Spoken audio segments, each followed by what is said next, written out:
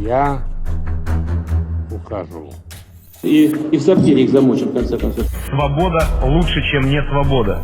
Крым и Севастополь возвращаются в родную гавань. Welcome to Infocom. In the new episode of Focus on Russia, our guest is the former US co-chair of the OSCE Minsk group, James Warlick. Ambassador Warlick, thank you for joining us. It's a pleasure to be with you today. Thank you. Ambassador, I would like to discuss today with you some of the details of the negotiation process during your tenure as the co-chair of the Minsk group. And I would like to start our conversation with the discussion of the proposals of 2015 and 2016, which are commonly known as the Russian proposals or Lavrov plan. What role did the US and France play in the preparation process of these proposals? Was this document completely outsourced to Russia? Well, there was no one document, as you may know. This was a subject of discussion among the co-chairs and with Foreign Minister Lavrov. Foreign Minister Lavrov has extraordinary experience in the region and in particular on Nagorno-Karabakh. So he brought to the table a lot of his ideas on how he thought that there could be a lasting settlement. And those were issues that we talked about among co-chairs and in capitals, and decided to move forward with those ideas as a framework for discussion among the parties. And that discussion did begin. And we were very encouraged, at least at the outset, when both sides had accepted the structure and the overarching approach in those principles. So I would consider it a collaborative process with the Russians, with Foreign Minister Lavrov certainly in the lead. So were all the co-chair countries on the same page about different elements of the proposals, or were there certain disagreements over certain issues? We were generally agreed. What we were doing was trying to find out a way forward with President Aliyev and at that time President Sargsyan, to find out if we could structure these ideas in a way that could be acceptable to all the parties involved. And I thought that we did make good progress in doing that, but not enough progress. And I think we needed a greater commitment on the part of the Armenian and the Azerbaijani side to move forward with those ideas. In retrospect, I think that those ideas would have, first of all, saved many lives and produced a framework for the future that is stronger and will be more lasting than the current arrangements in the region. Ambassador Warlick, these proposals of 2015 and 2016 have been highly politicized in Armenia. So both the incumbent government and the current opposition use these proposals to target each other. For example, the Prime Minister, Nikol Pashinyan, has recently claimed that by the Russian proposals of 2015 and 2016, Nagorno-Karabakh effectively lost any theoretical and practical chance not to be a part of Azerbaijan. Is this claim true? Well, first of all, we understand the political dynamics between Armenia and Azerbaijan, particularly at the time. And what was made public were those elements that favored one party or the other. Also, you have to remember that this was not a solution brought to the table for both sides to accept. This was a framework for discussion, and we knew that there would be obstacles and that there were some provisions that Armenia would welcome, but others that would be rejected. So what unfortunately happened was that discussion broke down. So we really never got to a point. It wasn't as if there was one document that was on the table that was being negotiated. These were principles. These were an overarching structure to continue the discussions. And those discussions would have had to be, at length and in great detail, because there are many details that needed to be worked out in the course of settlement. Ambassador, you were also a Minsk Group co-chair during the April escalation of 2016. So this topic has also been in the focus of political debate lately in Armenia. So different political forces accuse each other and use the April War as an instrument in this debate. There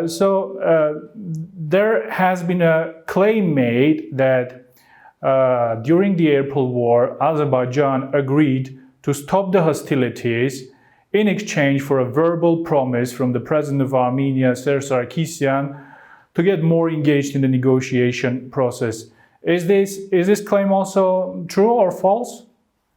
Well, I'm not sure that the statement was made in the way that you said. I think what we were all trying to do at the time is that we recognized that the hostilities could escalate and could be very dangerous, even going beyond Nagorno-Karabakh.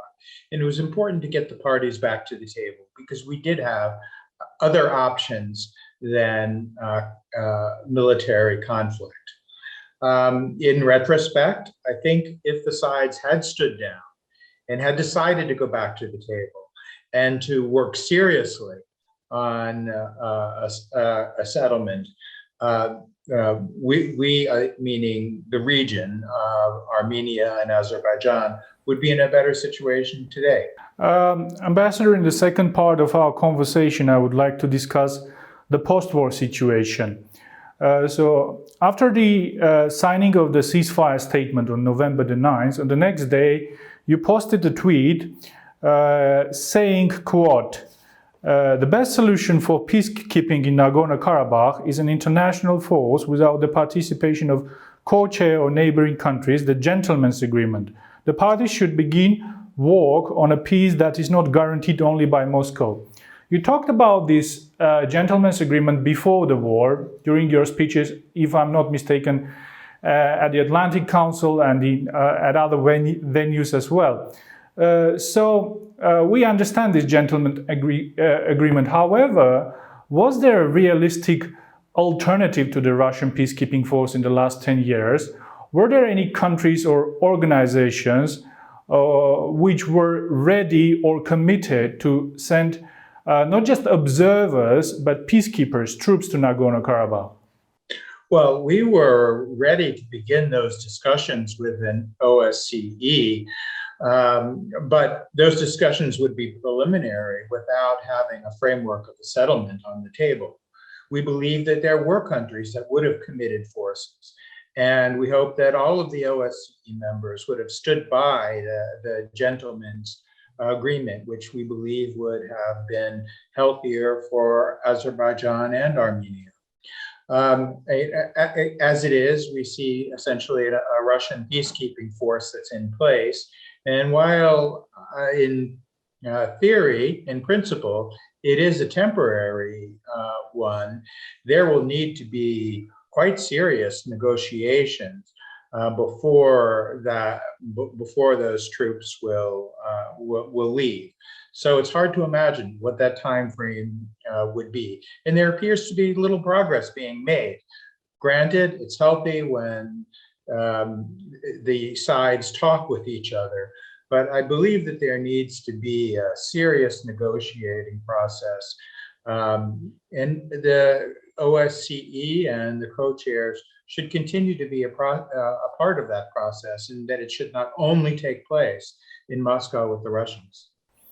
Yeah, that's my last question. In your recent interview to Voice of America, you emphasized the role of the OSCE Minsk group, and you emphasized that the issue of the Nagorno-Karabakh status is not resolved, and it cannot be resolved through war. So you suggested that the mediator should take a step back and get engaged in the OSCE Minsk group format, activate these formats. However, we see that Baku opposes this format actively after the end of war. At times, the Azerbaijani authorities even explicitly mock the Minsk group co-chairs. So, how do you see the progress in this issue? Is there still a possibility to rejuvenate, reactivate the Minsk group format?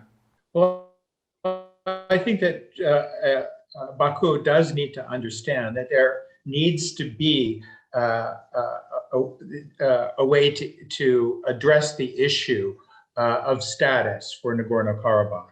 There will be no permanent, lasting settlement without the issue of status being addressed. Now, that's not the only issue.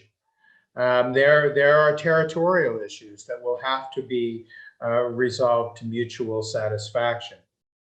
And how is that going to take place? First and foremost, of course, it needs to be a discussion between Armenia and Azerbaijan.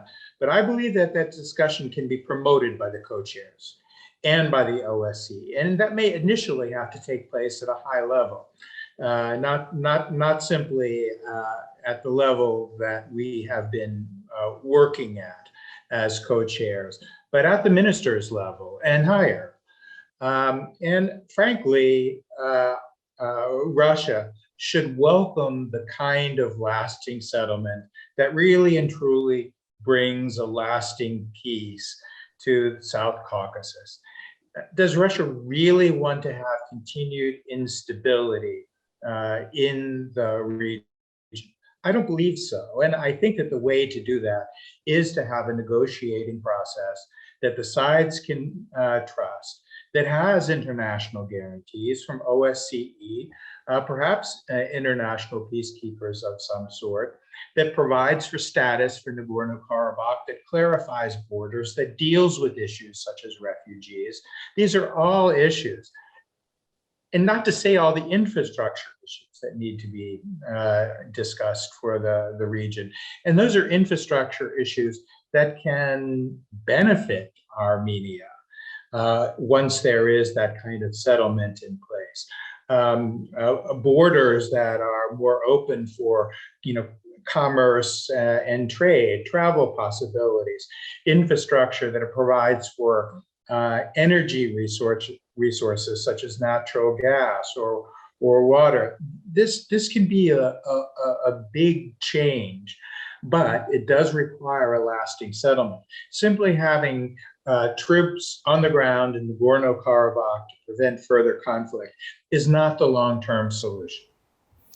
Ambassador Warlick, very, very good points indeed. Thank you for your time, and thank you for an extremely interesting conversation. Thank you for having me today. Good luck.